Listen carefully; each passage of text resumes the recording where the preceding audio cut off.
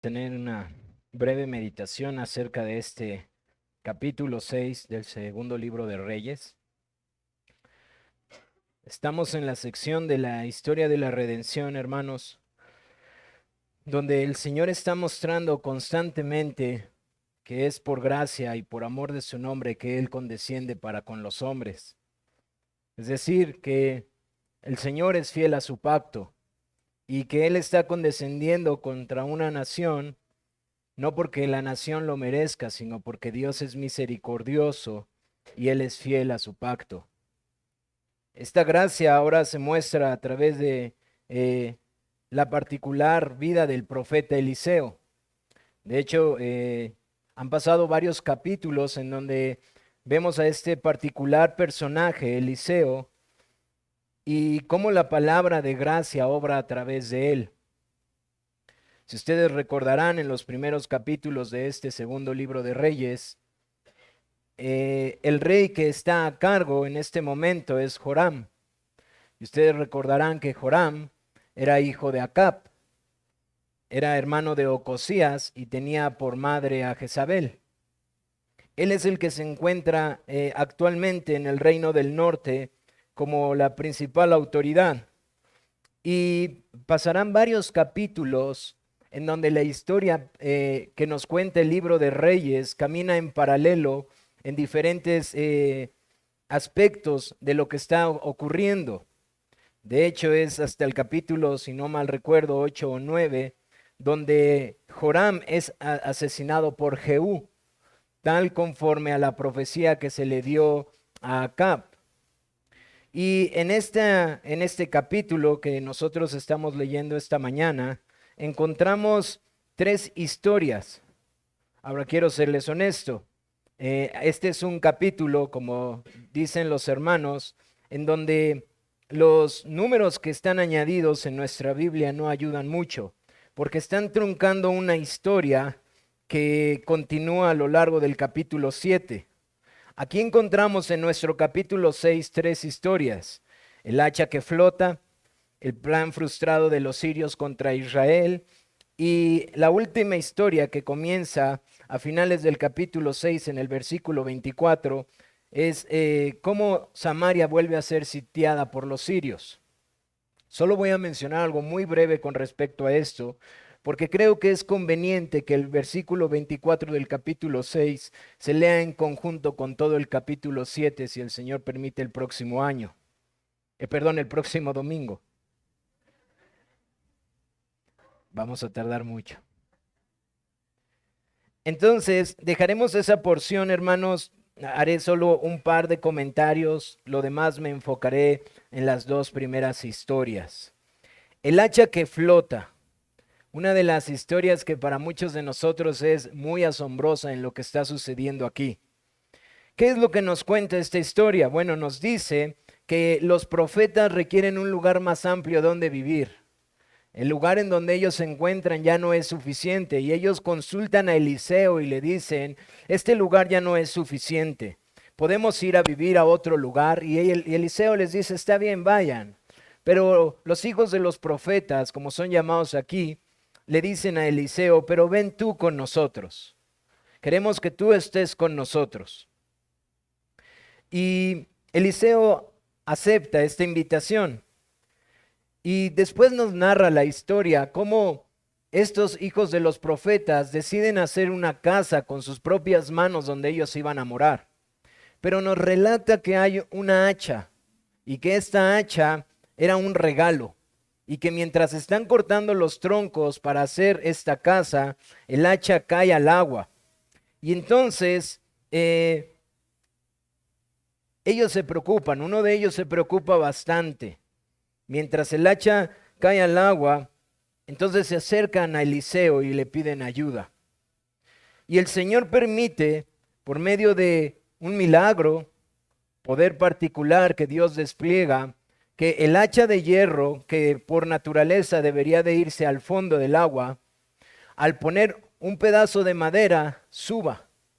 Así que es evidente que Dios está obrando para permitir que este metal flote en lugar de hundirse como naturalmente debe de hacerlo. Y observamos entonces que esta hacha era muy querida por estos profetas, guarden eso en mente. Después encontramos este plan frustrado de Siria contra Israel.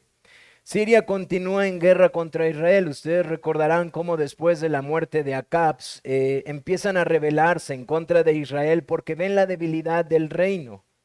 Y entonces Siria es uno de los que está en guerra constantemente contra Israel. Y en esta guerra, el rey elabora un plan. Y el plan era salir y atacar a Israel. Pero nos dice la historia que cada vez que el plan de atacarlos se lleva a cabo, pareciera ser que alguien lo está contando. Es como si los israelitas tuvieran un espía y entonces conocen la estrategia de Siria. Pero la historia nos deja ver que es Dios quien le está revelando a Eliseo qué es lo que va a suceder. Y Eliseo va a su autoridad, que es Joram, el rey de Israel, y le dice qué es lo que va a acontecer, de tal manera que ellos sorprendan a los sirios y no los sirios a Israel. Así que Joram constantemente se adelanta a estos planes de Siria. Entonces el rey de Siria piensa que hay un traidor. Y al indagar, una persona parece ser que conoce quién es Eliseo, que ha escuchado de él. Y le dice, no es que tengas un traidor, es que Eliseo revela todo lo que tú hablas en secreto. Y entonces el rey de Siria se molesta bastante y manda a matarlo. Inmediatamente se prepara para ir a matar a Eliseo y entonces lo rodean. ¿Y cuál es la imagen que vemos aquí? Que Eliseo está con su criado y que cuando la luz empieza a despuntar, ellos ven que están cubiertos por los sirios. Y entonces el criado se llena de temor. El criado de Eliseo se llena de temor. Y Eliseo parece que está muy tranquilo. Parece que él no está temiendo lo que está sucediendo. Y aquí vemos cómo después el autor de la carta a los Hebreos nos explica que los ángeles son espíritus servidores de los hijos de Dios. Como Eliseo le dice a su criado, no tengas temor, porque más son los que están con nosotros que los que vienen con ellos. Pero parece que el criado no entiende qué está pasando y Eliseo intercede por él y hace que sus ojos sean abiertos y entonces el criado pueda ver que hay multitud de ángeles alrededor de ellos que están cuidándolos. Y pareciera que entonces en este momento se va a levantar una guerra entre los ángeles de Dios contra el pueblo de Siria, pero Eliseo vuelve a orar y vemos una manera muy peculiar en donde el ejército de Siria es derrotado. No es derrotado a través de la espada, sino que es derrotado a través de las misericordias de Dios al ser llevados y sentados a la mesa de sus enemigos a comer. Eliseo pide que sean cegados. Él se acerca a ellos, a quien buscan, les dice su enemigo no está aquí, está en donde está el pueblo de Israel, los lleva y cuando él ora para que sus ojos sean abiertos, se da cuenta que están en las manos de Israel. Joram le dice, Padre, ¿qué hacemos? ¿Los matamos? Y Eliseo les dice, ¿cómo has de hacer eso? Teniéndolos por rehenes. Siéntalos y dales de comer agua y dales de beber agua y dales de comer pan. Y vemos que en la misericordia de Dios ellos fueron sentados en la mesa de sus enemigos y nuestro texto nos dice que después de esta situación ellos se van y no vuelven a levantarse en contra de Israel. La siguiente historia es la que les comentaba que no estaremos viendo con mayor detalle. Los sirios vuelven a sitiar a Samaria y lo que encontramos es que al estar sitiada o rodeada Samaria por los sirios, el hambre crece en gran manera. Y una trágica historia empieza a suceder dentro de Israel. Nos dice que era tal la hambruna que cualquier cosa era deseable comer, hasta el estiércol de los animales. Y veremos con mayor detalle, si el Señor permite, el próximo domingo, toda esta historia para poder meditar y adorar a nuestro Señor. Pero solo consideren esto. Hablar de que el pueblo de Israel estaba considerando comer el estiércol era hablar de algo demasiado extremo, porque para ellos esto era simplemente impuro. Y luego nos habla de algo peor aún, que dos personas habían decidido quitar la vida a su hijo y comerlo. Ese es el escenario al que han llegado Israel. Pero, ¿cómo meditamos en esto que hemos visto del hacha y del plan frustrado de los sirios contra Israel? Hay muchas formas de meditarlo, hermanos. Una es, como les decía, cómo el Señor sienta a sus mesas a sus enemigos. Cómo el Señor hace que sus enemigos sean sentados a su mesa y los colma de bendiciones. Y eso podemos verlo a través de cómo Eliseo es el instrumento para que los sirios se sienten en el lugar de donde deberían de haber sido asesinados. Pero no quiero hacerlo de esa manera, hermanos. Solo quería mencionarlo para que no lo pierdan de vista. Quiero que consideren esto: la gracia sobreabundante que se encuentra en Cristo. Esa es la manera en la que esta mañana quisiera que eleváramos nuestros corazones para seguir adorando a nuestro Señor. Porque aquí hay un contraste en dos historias, hermanos. Las dos que acabo de relatar. Hay un hacha que para los profetas es de grande estima. Y uno se preguntaría, ¿qué pasa? Pues solo es un hacha. Solo es un pedazo de fierro forjado con el que están haciendo una casa. ¿No podrían conseguir otro? Pero nos deja ver que para los profetas era un regalo y que era de grande valor para ellos. Había un grande valor para ellos en esta hacha, que era un obsequio que ellos tenían, era un regalo muy apreciado. Y ahora quiero que lo contrasten con la manera en la que se está dirigiendo Joram e Israel. Joram en ningún momento ha solicitado la ayuda de Dios. Joram nunca le ha pedido a Eliseo, ora para que nos libre de los de Siria. Jamás vemos al pueblo de Israel humillado diciendo, estamos en guerra contra los de Siria. Se están cumpliendo las palabras de la maldición de que los pueblos de alrededor se volverían en contra de nosotros. No vemos en lo absoluto ni que la cabeza ni el pueblo estén humillados. Sin embargo, encontramos a Dios constantemente a través del profeta dándole un favor a Israel que nunca solicitó.